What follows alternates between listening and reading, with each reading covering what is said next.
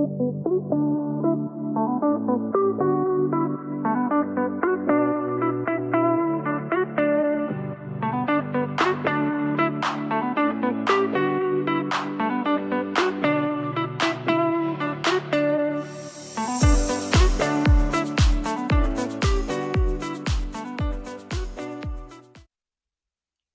friends.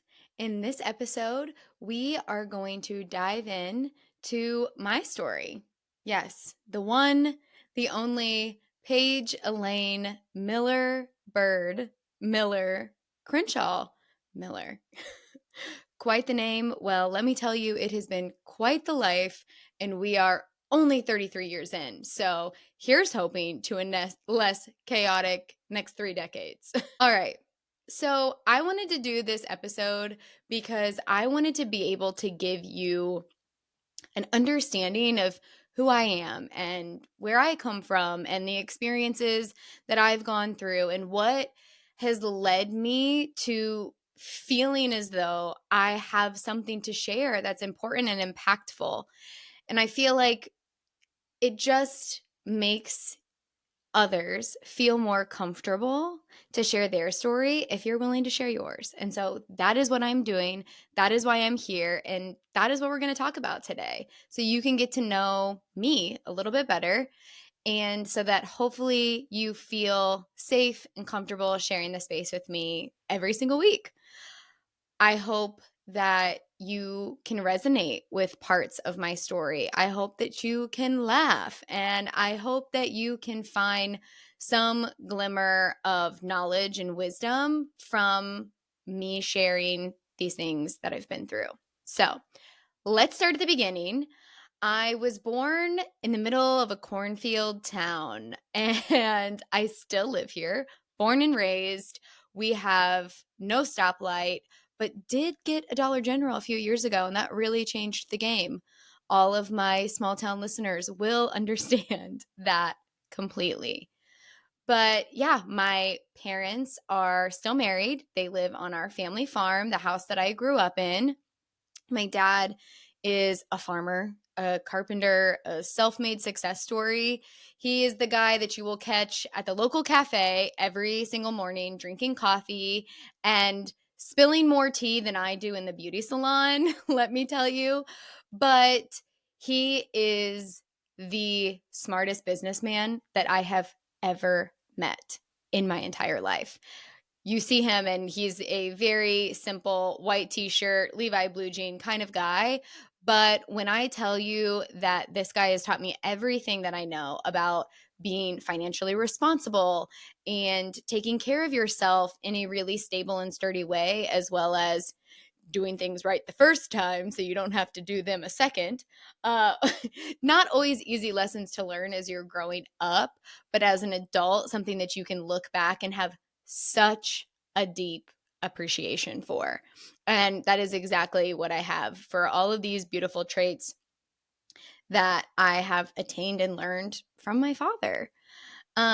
My mom is the ultimate caretaker. She can put any of us to shame. I don't care who you are.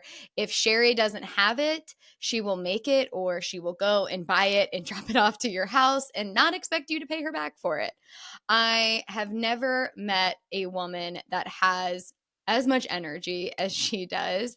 And she has taught me so much. She gave me my love for books.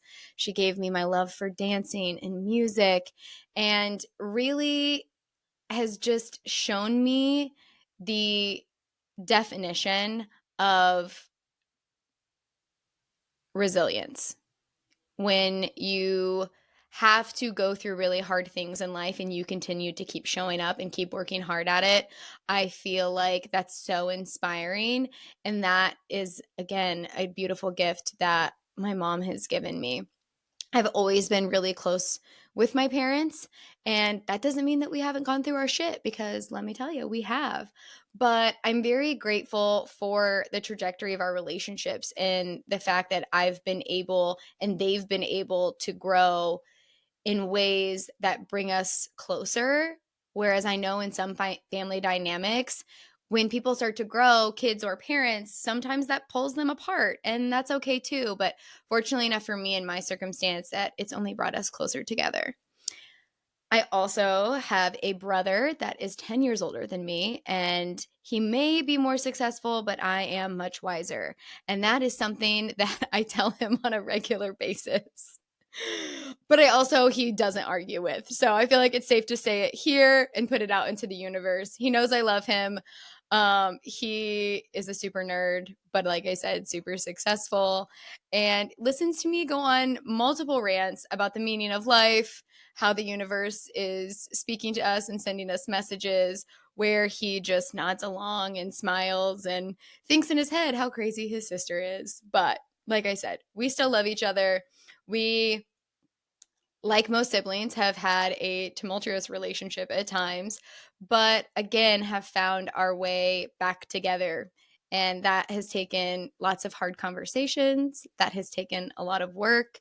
That has taken moments of very deep self reflection, but has brought us back together in a way that we can show up and be ourselves really authentically.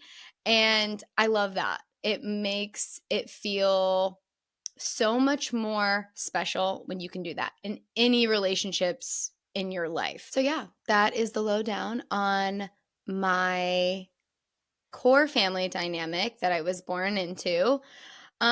Growing up as a little kid, I loved school. Being social came easy. I liked to learn, and learning came easy to me. I feel like I was one of those kids that was able to not have to study very hard and still coast through school with, really good grades.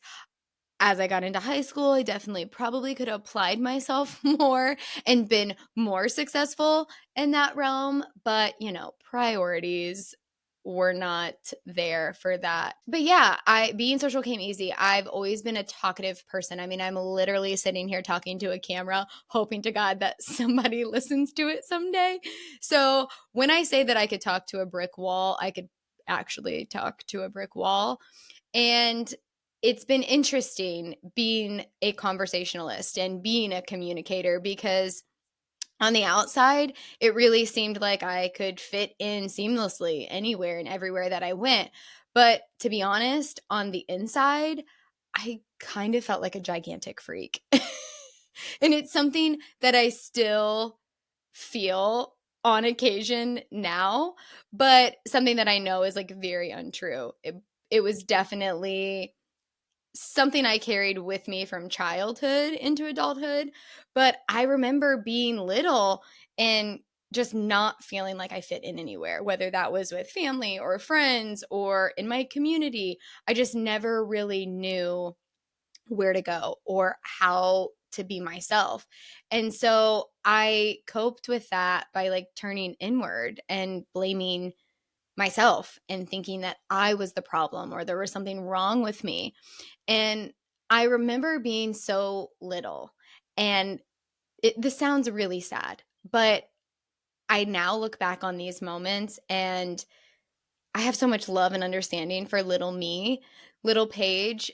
But what I would do is I would curl up in front of my vanity in my mirrors in my bedroom, and I would curl up and I would look myself in the eyes, in my big bright blue eyes, and I would just cry.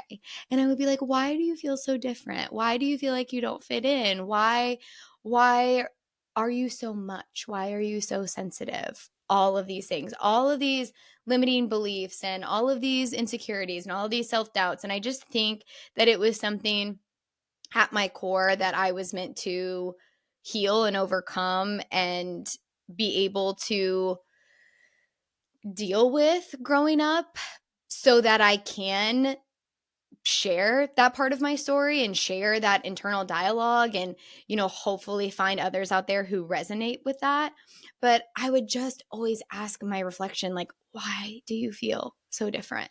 And honestly, at this point, I like to look at those differences as the pieces that just made me unique. And I just didn't know how to live them in an empowered way, because I always had this really big personality and I could be loud and attention seeking and extremely sensitive.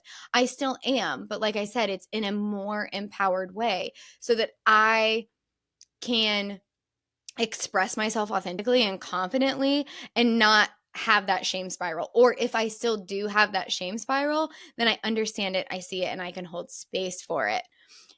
As a kid, I didn't know what to do with all of those feelings. I didn't know what to do with all of the emotions that I was absorbing from other people and the ones that I felt myself. And I didn't know how to differentiate those. I'm an empath. I have always been an empath. That has only grown in my life as I have grown and as I have become more connected to my intuition and who I truly am. But when I was little, I would just shame myself for them because it made me feel like, again, I was the problem. Something was wrong with me. And it makes a lot of sense because when I was little, I would always want to escape that voice in my head. And I would use my imagination. I would create this entire world with my Barbies, or I would disappear into worlds through books or movies or TV shows. And I could like viscerally feel the feelings of the characters that I was watching or reading about or playing out, with my hands on the floor of my bedroom until I had carpet burns on my knees and my legs. But it also allowed me to express myself and really grow my creativity. And so even though it felt uncomfortable and even though it may have been used as a coping mechanism, my imagination was just massive. And as I grew up, I lost touch with that in some ways. And it's been so fun, especially in my 30s, to be able to reconnect with that and to reconnect with my imagination and those stories that I used to create as a little girl, now putting, pen to paper and writing about them, obviously very differently, but still doing the same thing, still telling stories, but doing a more adult version of it. And I was such a kid that loved music and I loved dancing and I just felt it all, but I also felt like I felt too much and that I was too much. And so instead of loving myself, I really tried to put all of that into a box. And I really tried to look at the world because I'm a very perceptive person. I would look at the world and would try to learn how to be what everybody else needed me to be. And so as an empath, I was constantly processing emotions for other people. As a communicator, I was initiating the hard conversations or mediating between people and in their relationships that I had no business mediating with, whether it was friends, family, my sibling, or conversations between two other people that they should have been having. I was inserting myself into these scenarios because I knew I had this gift and I wanted to use it to make other people happy. I wasn't using it so that I could attain self-awareness and confidence in who I am. I was doing it as a way to be able to be the giver and be the fixer and also the life of the party. I played so many parts that I lost myself in the process. And when you keep trying to shrink yourself for other people or for your fears, whatever it may be, the best parts of you will get suppressed. And then the reactive parts will only grow. And that's exactly what happened. Now, this all to say, it doesn't mean that I don't have beautiful memories and these beautiful relationships and all of these things that I appreciate about growing up. This is just to help you understand me from an internal perspective, because a lot of people can see the outside and make assumptions and, perceive you a specific way. But our life experiences, our stories are more about how they have made us feel, the lessons that we have learned from them. and what we have been willing to do with them in the process. And so, talking about how these reactive parts of us grow as a teenager, I really tried to keep myself like bite-sized for other people's consumption until eventually like the bigness and the boldness of my spirit needed an outlet because she was like pissed off. And so guess what she did? She started to rebel, she started to react, and my oh my was she successful in that. And she was starting to look for this love and validation that she wasn't willing to give herself. She was looking for that in other people, and she was looking for that in other things, and those things didn't end up being the healthiest.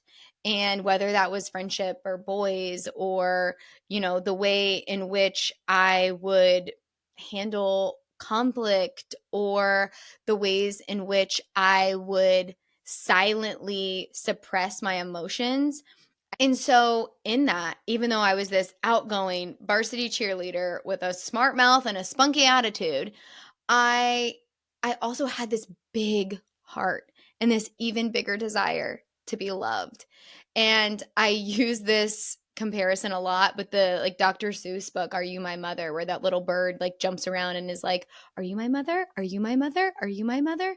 I was like that little bird, but I was like jumping around, whether it was to friends or to boys, going, "Are you going to love me? Are you going to love me? Are you going to love me? Who do I need to be or what do I need to do? How can I make your life better so that you love me and that then I feel validated by that love? So then this core wound that I believe I'm the problem is untrue." Well, let me tell you, when you give that power away, when you give that power to another person, you are never going to feel like you are not the problem. Because once again, you can't control what other people do and how other people react. So, unless you're going to spend your entire life playing the game and being a circus monkey, which I did for many, many years, you are always going to feel that void inside until you can fill it yourself. And as a teenager, I was definitely one of those girls that was attracted to the bad boy. And I thought that I could help them reach their potential and be their savior or hero. Like, how egotistical is that? I mean, I was a child, but also, like, I had this savior complex. Like, I'm going to be the one to fix them. They're going to love me enough that they change, blah, blah, blah, blah, blah. Well, newsflash, kids, it doesn't usually work like it does in the movies. So let's just check that box and move on. By the time I was a senior, I was doing half days of cosmetology school, and I graduated high school and beauty school within a week of each other. So I left high school knowing what I wanted to do with my life. And that was be a cosmetologist, be a hairstylist.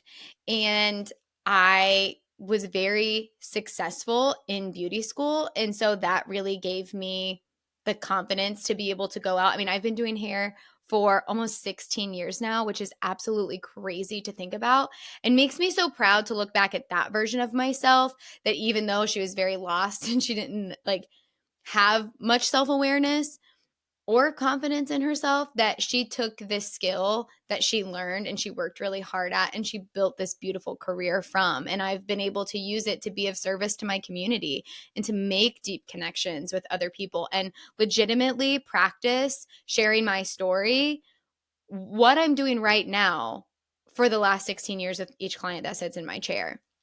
And so I really feel like it's been such a big building block for the foundation of what I see myself doing in the future. And yeah, it's so great. I wish I could go back and like hug that version of myself, which I do. I visualize often, but just like really let her know, like, hey, you're going to be okay. And you're doing this and you're on this path for a reason.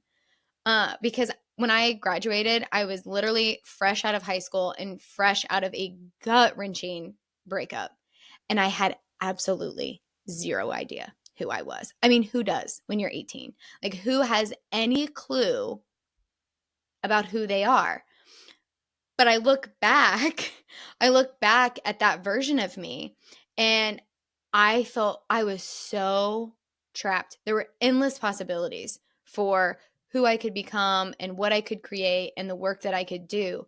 But fear kept me so stuck because I felt like I was never going to be good enough. I was never going to amount to more than a ball of chaos. I was always going to be too much. And I had this deep rooted terror of trying and failing because I was so terrified of the internal criticism or external criticism or needing to justify who I was to anyone because I didn't know who I was. And so I would cheer everybody else on and always be the one that was like, you are fantastic. You are great. Let me go. Let me do, like, see the best in yourself.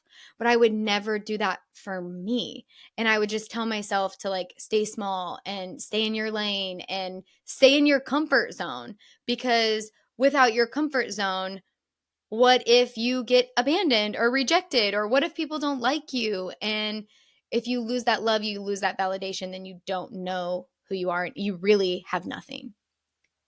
Obviously, I've learned so much since then. And I have unpacked so much about those limiting beliefs and where they came from, where they may have started, and how I've been able to heal them over time. But at that point, I just wanted to prove to the world that I could be exactly who they wanted me to be. And the insecurity was eating me alive, yet I never wanted anybody to see the cracks.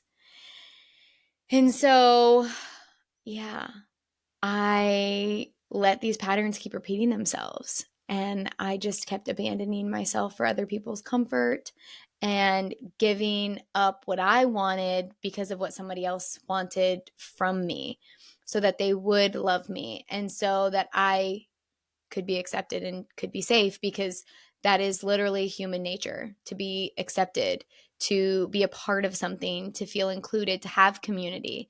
And I think when we're kids, we just don't know how to build that necessarily in an authentic way. And I think it's something that we all have to go through because we all have to learn through it. And I'm so grateful that I have. I'm so grateful that I've come through those experiences and been able to see how lovely I am and how much my muchness is needed in the world.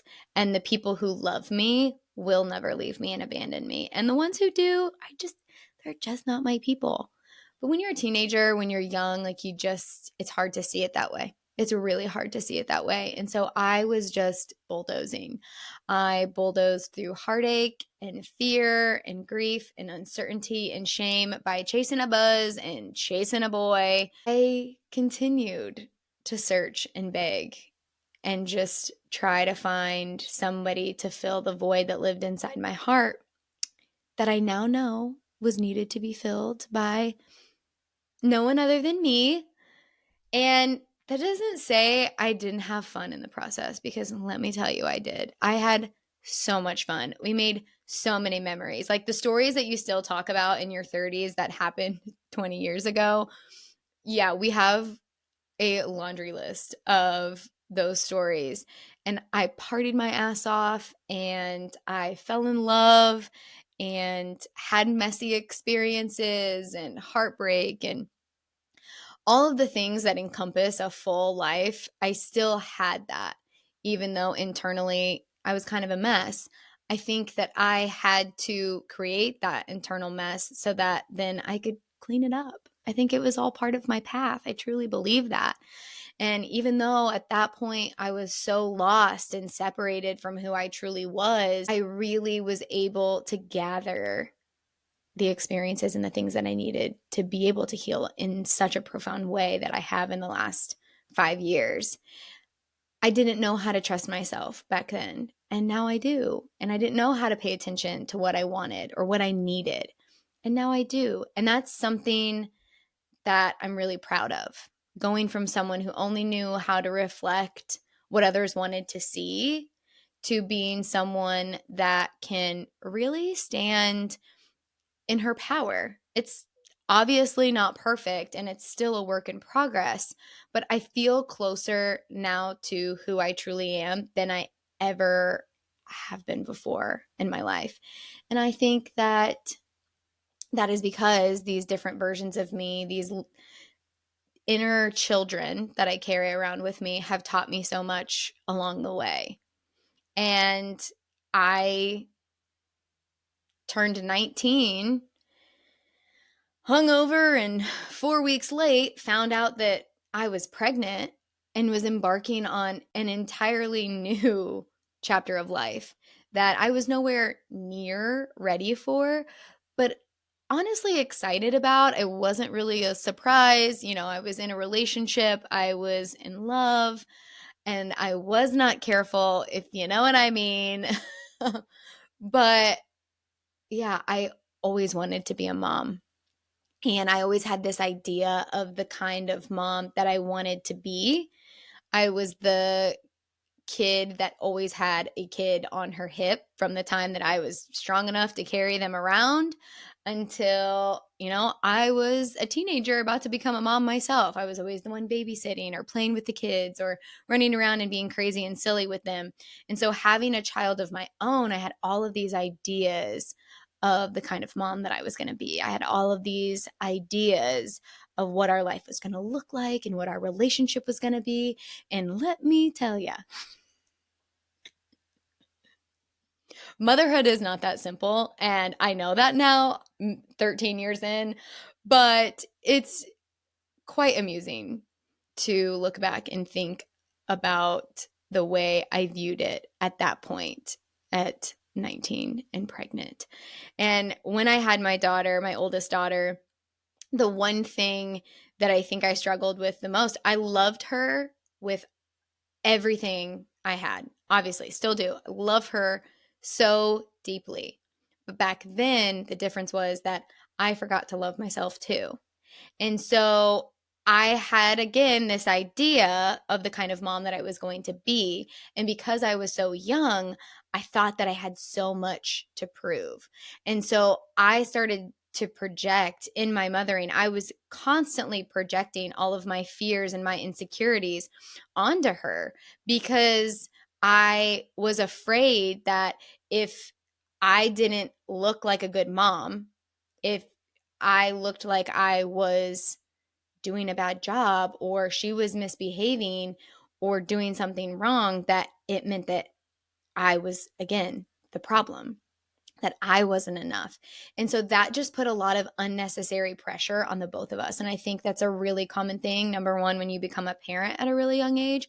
And number two, what a lot of us do with our oldest children, because we don't know what we're doing and we've never been through it before. And so we just want to do a really good job because we just brought this life into the world that we love so much and so dearly and so deeply. And we're only working with the tools that we have at the time. I only know what you know when you know it. And it's not until you know something different or something better that you can change it. So as I did that, as I projected all of these fears onto her and these like deep, dark, scary feelings, I was really allowing these shadow parts of myself to steer the ship. And again, I think that that's something very common that a lot of us can do, whether it is in parenthood or with friendships, with romantic relationships. It can be anything that we are unaware of, that we are fearful of, or that we don't understand about ourselves. We can give it a lot of power.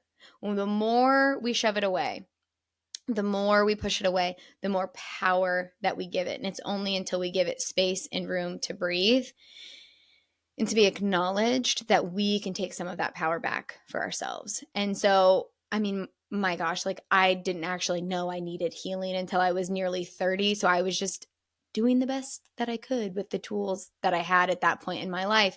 And I don't shame myself for that anymore. I don't shame myself for being dysregulated when I was raising Macy, because there's no point. That's not going to get me anywhere. All I can do now is learn and grow and be better and give myself grace and give her grace and be really honest with her. I apologize a lot because it's like I didn't have a whole lot of tools then and I was just doing my best. And Yeah, I am a good mom. I am a good mom, but I definitely could have done things a lot differently that would have benefited her more. And so we have those conversations, and I tell her, like, I was just a kid trying to figure out how to raise a kid, and I didn't know who I was. So it was really hard to, like, help guide you into being who you are. And yeah, like, some may say that I'm being really hard on myself. Maybe I am, but also, like, I truly believe that, like, I'm just willing to be really freaking honest. I'm willing to be really freaking honest about the fact that it was hard and I didn't always do the greatest job at it. But like I said, I'm not going to sit here and make myself feel guilty or shameful about it, because that doesn't get me anywhere. It doesn't get me anywhere. It doesn't get Macy anywhere. The only thing that I can do now is choose to continue to show up, because I did show up and I did love her with everything that I had, and I still do. And that, as parents, is the one thing that we can truly give ourselves, and then as a ripple effect, our children. And, as I've grown in this phase in life, I feel like I'm much more capable of being able to guide her as she navigates some of these same things that I have navigated in my life, same insecurities or same fears or same limiting beliefs. And we both get it wrong sometimes. Sometimes we knock it out of the park, and then other times it's like, okay, the ship is sinking. We have hit the iceberg. Hello, Titanic. The shit storm is among us, but we still choose to get up the next day. We still choose to show up and do what we can to really just live this life to its fullest. And I just feel so lucky that I've been given the opportunity to love, raise, and guide two beautiful spirits in this life. And Macy is so funny and intense and stubborn and sensitive and competitive and bright and bold and so freaking brutally honest. Like, the child is brutally honest, but she has this grit about her that I wish I had more of at that age, because even though she still struggles, like all of us do, like most middle schoolers do, especially middle school girls, but she is more sure about who she is at her core than than I ever was. Than I ever was. And I admire her so much for that, and the way that she never backs down from a challenge, and the way that she is, like, literally the best hype girl. Yeah, it's extraordinary to watch, and she is going to pound out her own path in this life. I absolutely, absolutely guarantee it. And she's been through a lot. Her and I have been through a lot together. Her dad and I got married a year after she was born, and it all started out like it was this beautiful little fairy tale that we were building until it wasn't. And 3 years later, our marriage was dissolved beyond repair, or whatever it is that they put into the divorce decree when you have to file the paperwork. And again, I was so young.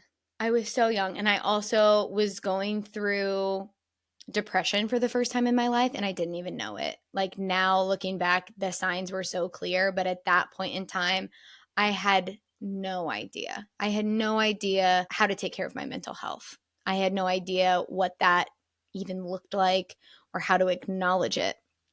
But the one thing that I can say, because I will do an entire episode on marriage and divorce and my experiences with it, but the one thing that I can say here and now is that when you go through something like that, you have to grieve before you move on.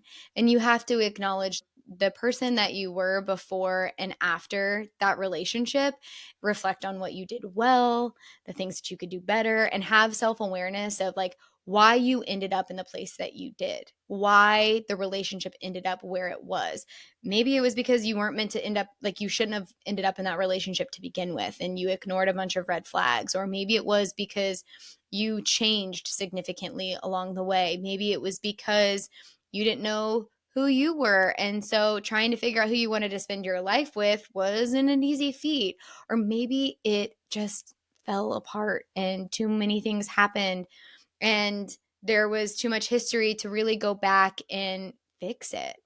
It doesn't matter. It doesn't matter what those answers are. It just matters that you take a look at them and then attain the self-awareness that you need to be able to move on and to move forth into another relationship. But when we don't grieve these things in our life, we can become so trapped in the reactiveness and the victimhood and the stagnation of where we were when everything fell apart, and our ego like starts to flounder, and the easiest thing for it to do is to blame the other person that was involved with you. And I think that's why so many people, they can build resentment and bitterness towards their exes, is because it's like you have all of these emotions and you don't let yourself process them, you don't let them yourself grieve, and you don't want to take a look in the mirror. So it's like, okay, I'm going to point the finger at the only other person that I can in this partnership. But I will say, our lives can continue to move on day to day, but we don't actually move forward because we haven't processed what we've been through. And so it keeps us stuck and it keeps us trapped. And I know how hard it is to take a look at our shadows. That's why so many of us avoid it. It's exactly what I did. When I got divorced for the first time, I refused to look at it, acknowledge it, face it, and I just fucking ran. Like pulled my boots on and took off running. So far away from that relationship, so far away from anything that I felt like could be blamed on me or whatever it was. The emotions of it, the grief of it, the shame that I felt, I just ran. And I went out into the world and was just like looking for someone to tell me I wasn't the problem. And once again, you start repeating the same patterns. I was continually looking to the outside world to validate who I was, who I am, my desire to be loved, my experience, to avoid that shame and those core wounds of like feeling like I was the problem.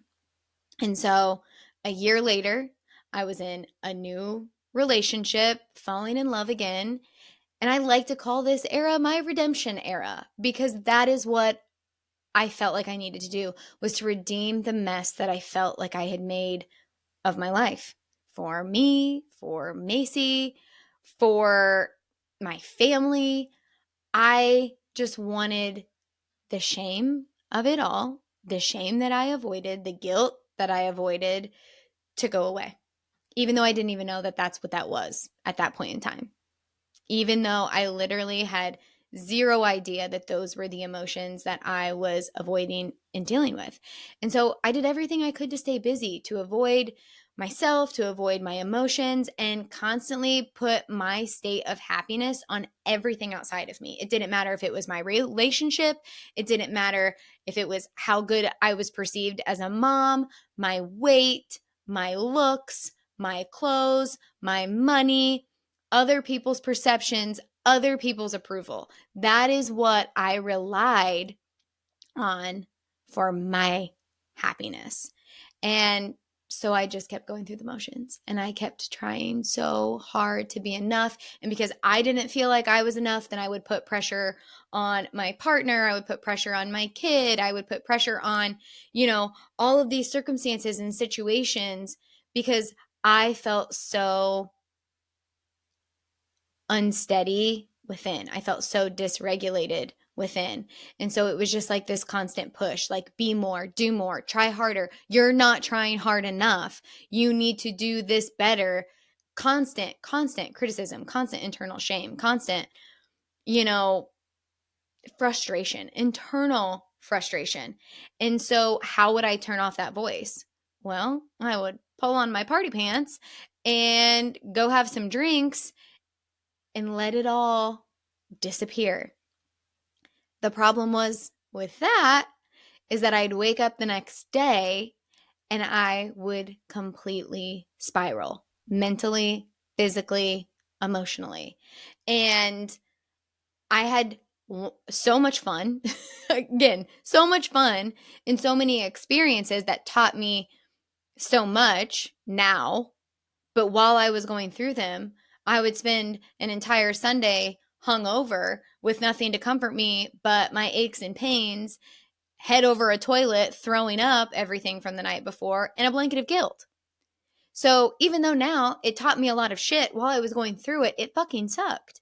It absolutely sucked. And I just didn't know any other way to deal. I just didn't know any other way to handle what I was feeling or what I was going through. And yeah, I would try. Like I would go to the gym or I would try to eat really well but then I was also so caught in like this cycle of self-sabotaging that I wouldn't actually get anywhere.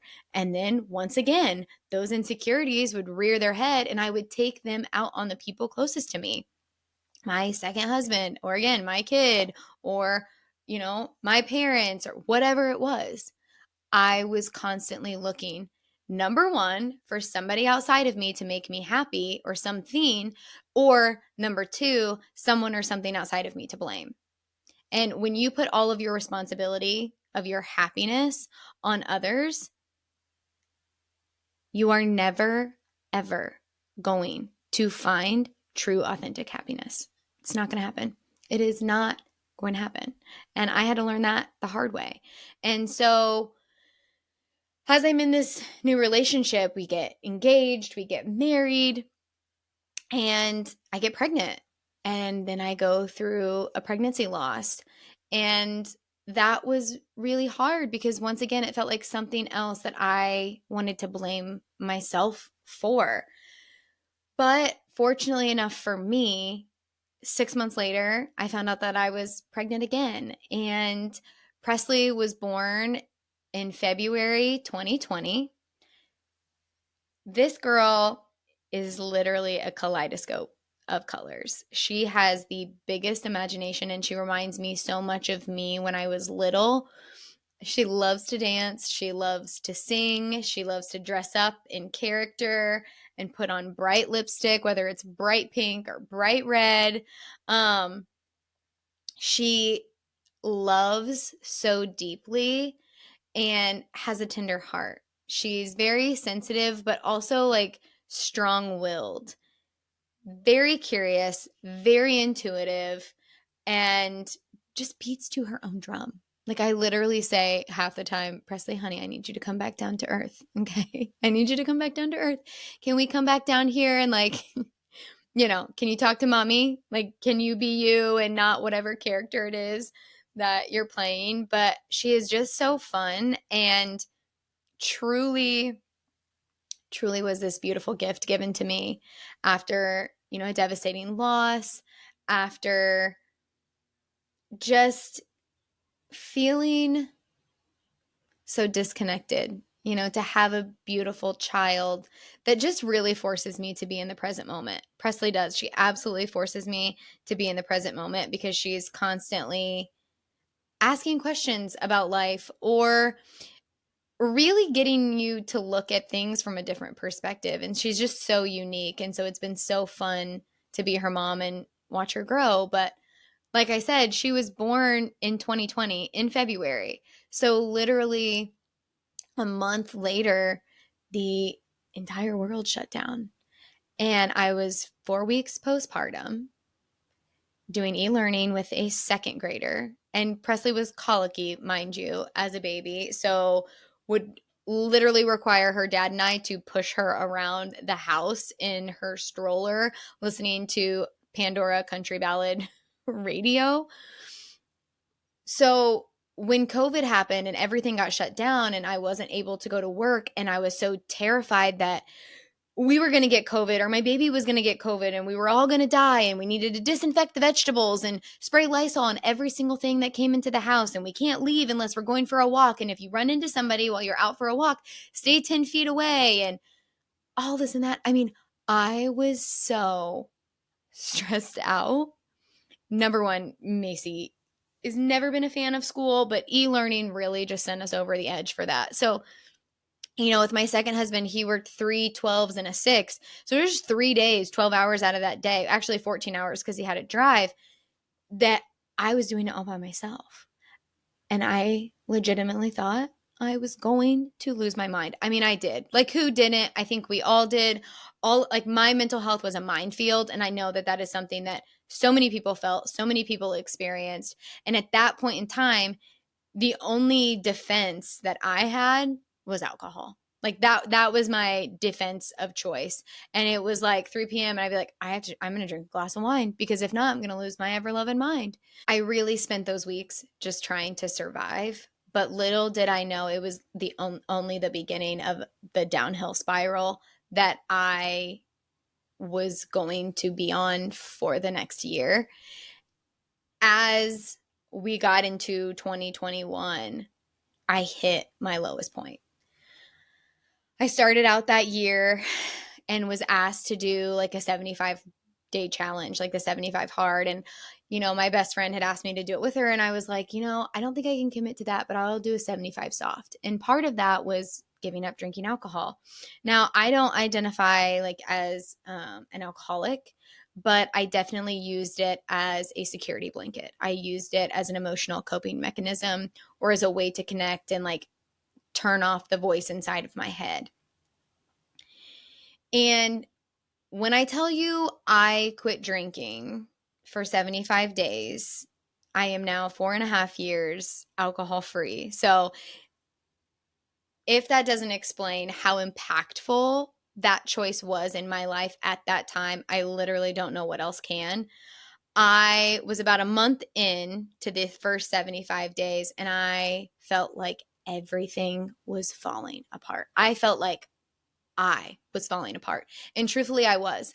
I was at the beginning of the hardest year of my life. I was at the beginning of very severe depression. I was at the beginning of everything that I thought I was in the life that I created falling apart. And I started going to therapy. And I had a lot of really dark thoughts. I had a lot of shame that I had to let in. I had a lot of guilt. And I also had a softball sized cyst growing on my ovary that required surgery. So that was a fun little surprise. But everything in my life fell apart: my mind, my body, my soul, my marriage. And I had moments in that year where I really, truly did not know if I was going to make it. I had moments where I thought that that depression was going to kill me. And there were times where I thought the world might be a little bit better off without me. And now looking at how far I've come, I'm so proud of myself for navigating that experience when I did, because I lost relationships, but ignited others. I lost parts of myself, but really uncovered ones that I never knew existed.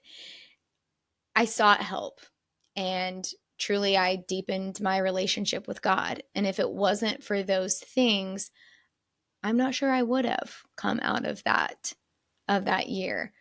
But thankfully for me, even though it was hard, even though it was absolutely torturous in moments, I now know it was exactly what I needed to recover the truth of who I was. And I was fortunate that even though my marriage was falling apart, that my second husband was able to hold space for me because he was the front row witness to the darkest parts of that year, and was still able to, despite things happening in our relationship, was still able to hold space for me and was still able to really give me comfort. And that might sound confusing, like, oh, like, why does your marriage fall apart if he was still able to do that? I think it's just a testament for the ways in which, as humans, like, we can still show up for each other even when it's hard. We can still show up for each other when it's uncomfortable. And I was fortunate enough that I had one of those humans who chose to do that for me, and many other people in my life at that time did as well.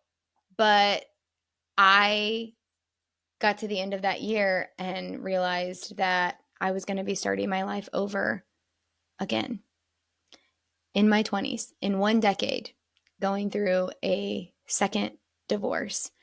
And when I tell you that when that happens, when you go through experiences like that in life, you have to swallow your pride.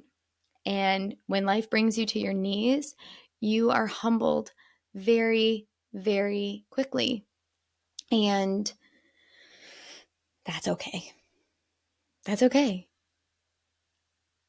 It is absolutely okay. And so I moved back home to the family farm. We lived in a trailer on the property from like the 1970s. And I had to heal. I had to heal that shame. I had to heal that guilt. I had to really start taking a look at who I was and what I wanted and really start loving myself. I had to build trust in not only me, but in God.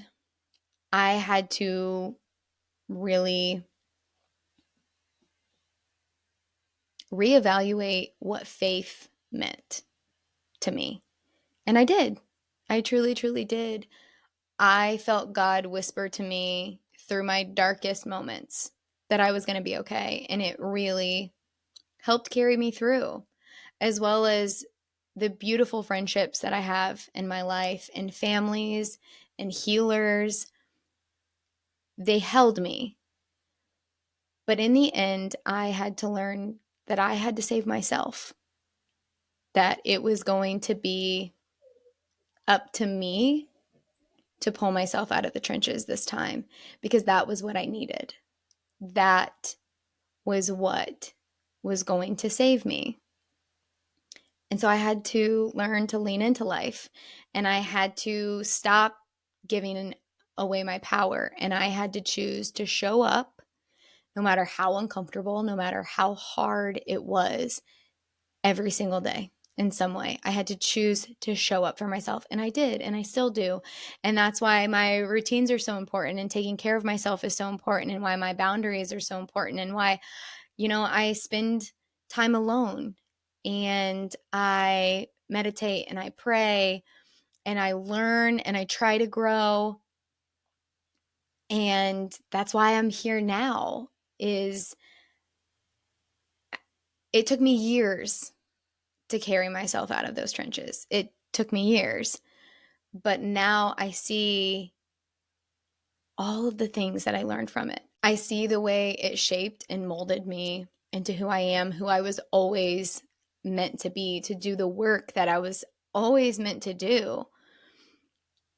And I'm so grateful for my experience. I'm so grateful for my life. And I have such a deep appreciation for every lesson that I have ever learned, because now I will forever be grateful for the men that I was married to, both of them. I have great relationships with them. We co-parent really well. We're friends. We're a team, and we show up for our kids together. They have literally been the greatest teachers of my life, and they have given me the greatest gifts that I have ever been given in my two daughters. And so looking at that and looking at them and looking at everything that we went through, everything that I went through within these relationships, I have no regrets about it. I have no regrets, because it brought me here. It brought me here to where I am today. And yeah, I always have such a deep appreciation for the both of them. And even though some people think it's crazy and weird how close we all are, I mean, when we show up together for sporting events, or the fact that we spend Christmas Day at my house all together, but, we make it work, because life doesn't always go as planned, but sometimes it works out exactly the way that we need it to. And what is healthy for us doesn't mean it has to be healthy for everybody else. We're each unique. Every circumstance is different. And so we don't have to let what doesn't work for other people or what doesn't work out steal joy from what does. And we don't have to let the rest of the world dictate what is normal. We get to choose our own path. We get to choose our own way through these hard situations. And we get to decide. It's our life, it's our story. We are the author. And I think a lot of times we forget that. And I think that a lot of times we give that power and we hand the pen over to somebody else and think that, oh, this has to look this way because that's the way it does for everybody else. And that is not the case. That is not the case at all. We only have to choose to show up. We have to choose to show up fully. We have to be willing to have really hard conversations. We have to be willing to look in the mirror, and we have to be willing to learn and to love, even when it's hard, and starting with ourselves, and choose to start over and over and over again until we know we're finally on the right path. Because when I tell you that you will know when you are on the right path, you will absolutely know. When I tell you that you will know when you are not on the right path, you will absolutely know. We all know. The answers are within us. The answers are there. They have been all along. We have just chosen to ignore them because the world tells us is that's what will be easier. That's what's going to make us fit in. No, it's just going to make us feel like shit. And so here we are. Once again, I'm turning the page and I'm starting a new chapter and I'm willing to take a leap into something new. And it's not easy to get vulnerable. It's not always easy to talk about all of these things, even though I do it often. But I truly believe it's the ways in which we use our stories that will determine how much closer to our purpose that we can become. It doesn't mean we have to do anything grand or big or extravagant, but in such little ways, we can use our stories and the things that we've learned and the things that we've been to connect to each other, whether that's just our children or whether that's our families or whether that's our friends or whether that's an online platform or a podcast. It doesn't matter. It doesn't matter the scale. It just matters that we do it. I say this all the time. I don't believe that everything happens for a reason, because that leaves me with too many questions as to why so much tragedy takes place in our lives. But I believe that we can find a reason in every single thing that happens. We can learn from every single thing and every single experience that takes place in our story. So, what's your story? And what is your reason? Tell it. Share it. Fucking live it. Because we never know. We never know what impact that we can make. It's all a ripple effect. Who you are and what you do and what you've been through and how you share and your vulnerability and your sensitivity and your intuition and all of these things, they're superpowers and they have magic in them and they can truly change the world, even if it's just a teeny tiny piece of it. So, yeah, here we are at the end of another episode. It has been such a pleasure. As always, please remember to like, comment, and subscribe on Apple Podcasts, Spotify, and YouTube. Come say hello to me on Instagram, Facebook, and TikTok at Turn the Page Podcast. I know on the first episode I said Turn the Page Pod. Rookie mistakes here, rookie mistakes. But Turn the Page Podcast. All right. It's been fun. Love you guys. See you next time.